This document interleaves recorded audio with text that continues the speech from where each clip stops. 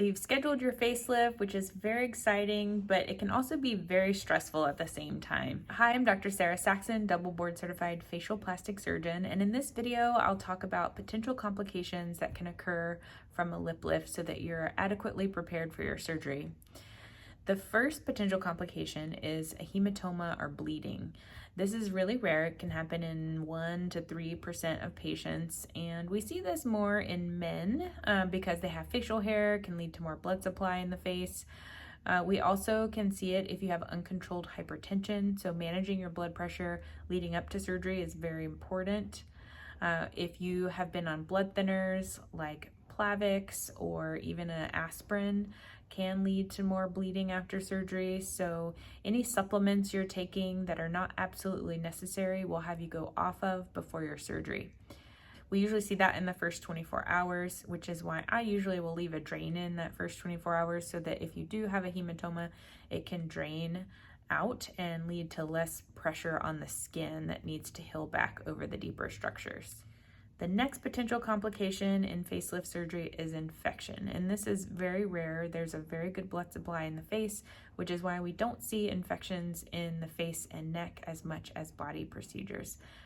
With that being said, it's impossible to be completely sterile in face and neck procedures because your nose and mouth are still open to the air at the time of your surgery, and so you have bacteria in your nose and your mouth. And so we typically will place you on some antibiotics to help prevent any potential infections. I also give you a puricin spray or hypochlorous acid spray to help decontaminate the incisions and prevent inflammation of the incisions. That also helps with scar healing. Although infections are really rare, they're not unheard of. One recent patient that I had actually had permanent fillers in her face, which she didn't actually know she had. Permanent fillers can actually have a biofilm formation on them, and so anytime you manipulate tissue in that area, it can really make that area angry and become infected. So that was one patient that I have that had an infection, but otherwise it's really rare. Another potential complication of facelift is scarring. Now I use a deep plane facelift technique which takes tension off the incision. And so I usually see that scarring is not as bad as previous techniques that were utilized, like the SMAS facelift. One thing that can happen though is that everyone has a different genetic predisposition to scarring. So even if they're thin, they can thicken over time. And so I follow you over the course of a whole year to make sure those incisions heal nicely. Occasionally we'll need to do things like steroid injections, laser treatments, or microneedling to help those incisions look as inconspicuous as possible. If you have darker skin, sometimes even if the incision healed really nicely, it can be a little bit lighter than the surrounding skin. That's something called hypopigmentation. If that's the case, you can get something called micropigmentation, where it's medical tattooing, to bring more pigment back into the incision site. The next potential complication of a facelift is something called a seroma. And just like a hematoma, this is a collection of fluid under the skin. And as opposed to a hematoma, though, there's no blood in this fluid. Anytime you have an empty space in your body wants to fill that space with fluid. A seroma is kind of a straw-colored fluid. Sometimes it can have a little bit of a pink tinge if there's just a few red blood cells in it.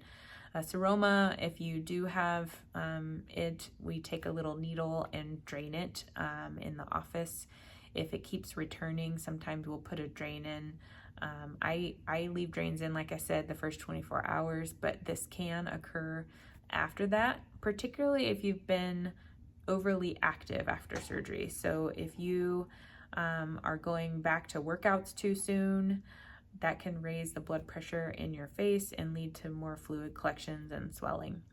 If any fluid under the skin is not drained, it can actually lead to the skin dying over it, which leads me to my next potential complication of skin necrosis. In a facelift, we lift up the skin in some areas and are in a deeper plane in other areas. That skin has to heal down and gain a blood supply. And so those first few days after surgery are key to having that skin heal appropriately.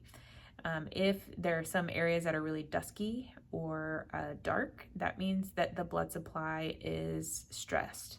If I see that the next day after surgery, I may recommend things like hyperbaric treatments or something called the CO2 lift. It's a mask that can help bring blood flow into the area. Ultimately, if there's an area of skin necrosis, it does eventually heal, but it can take some time. I'll have you do some local wound care in the area and pay close attention to it and make sure that it's headed in the right direction. Oftentimes, I may put you on some antibiotics as well. Another potential complication of a facelift is delayed healing. And this could mean that the incisions open up. I don't see this often, but if you're diabetic who your blood sugar is not adequately controlled, sometimes that can delay healing so that after the time that the stitches come out, the incisions just want to open up. Again, it's really rare, but sometimes it can happen. I sometimes see this in smokers too, and so for this reason we often get a nicotine level before your surgery, both at your before your pre-op appointment and at the day of surgery. And what we want to do is make sure that your body is optimized for healing, because we want to reduce these risks as much as possible. I sometimes will see delayed healing in vegetarians or vegans, and that's because your body doesn't have enough protein to heal if you're not varying your diet enough. So leading up to surgery, you'll want to get plenty of protein, at least 100 to 150 grams of protein a day. I recommend supplementing your meals with a protein shake, like Pure Protein or Premier Protein. If you supplement each meal with a protein shake, which typically has 30 grams of protein in it, you're going to get enough protein in your diet. And so start that 2 weeks before surgery and continue it about 2 to 4 weeks after surgery, so that your body has all the nutrients it needs to heal. In addition, I often recommend something called Emergency Immune Plus, which is a little emergency packet you can put in your water once a day. It has vitamin C, zinc, all the nutrients and vitamins you need if you're not taking a multivitamin every day. Another potential complication after facelift surgery is changes in sensation or numbness. So this area around the ear here, like I said, the skin gets elevated. And so it is expected that after surgery, this will be numb for a time.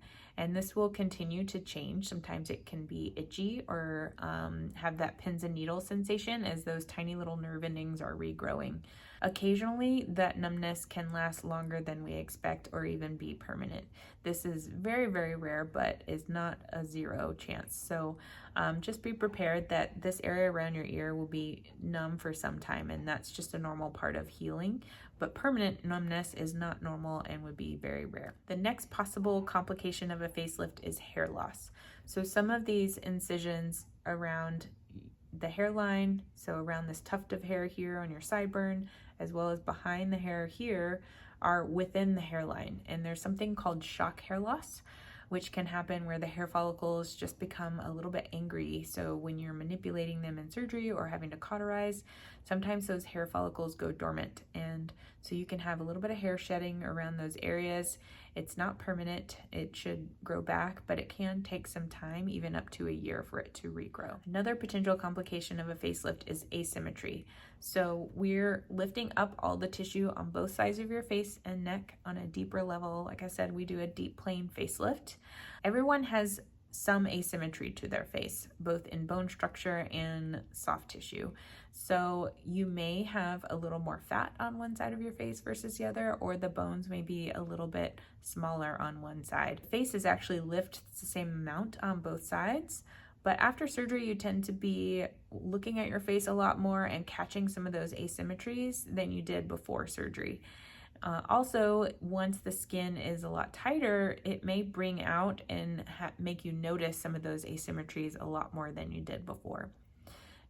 You may have different tone from one side of your face versus the other, meaning some people have stronger muscle contraction when they're smiling or talking from one side to the other. So those things are things that you don't really notice before surgery, but we document them ahead of time to make sure that there's no discrepancies from before your surgery to after. The next potential complication of a facelift is something called a sialocele, and this means that a pocket of fluid can accumulate under the skin from the salivary glands. So you have a gland right here called the parotid gland, and you have the submandibular gland here. Both are in the areas that we are manipulating during a face and a neck lift. And so if those glands are producing more fluid than usual, they can lead to some fluid underneath the skin. Sometimes in a structural neck lift, we'll actually trim some of the submandibular gland here. And if I have to do that, I'll usually inject a little Botox in the gland to decrease some of that salivary flow and try to prevent a sialocele. You can also inject Botox in the parotid gland on the side of your face if that becomes a problem. Like I said, this is another rare complication, less than 1%. It would be out of the ordinary for us to see this after surgery, particularly in the parotid gland if we didn't have to trim any gland or anything like that. The last major potential complication of a face and neck lift is nerve injury. In a deep plane neck lift and facelift, we are deep to the SMAS layer, so the submuscular aponeurotic system. This is the layer where the facial nerve lives. And so the reason why a facelift and a neck lift takes so long is that we are being very careful to dissect right along those nerves and not injure them. The risk of injury, though, is not zero. So if you particularly have a revision surgery, or you've had injectable fillers in that area, or have had a thread lift, things like that, it can cause scarring in that area and can lead to a higher risk of nerve injury. Even through the course of surgery, there can be swelling around the nerves or stretching of the nerves, so they can temporarily have something called neuropraxia, which means that your face may temporarily not move the same on both sides of your face, but it typically will resolve on its own within several months. It is very rare to have complete nerve transection, and again, that would be a rare circumstance where there was scar tissue. We take all precautions to prevent any kind of permanent nerve injury. I hope this helps. If you have any questions about your facelift surgery and other things that you're worried about as far as complications, please let us know. Be sure to like this video and subscribe to our channel for more information.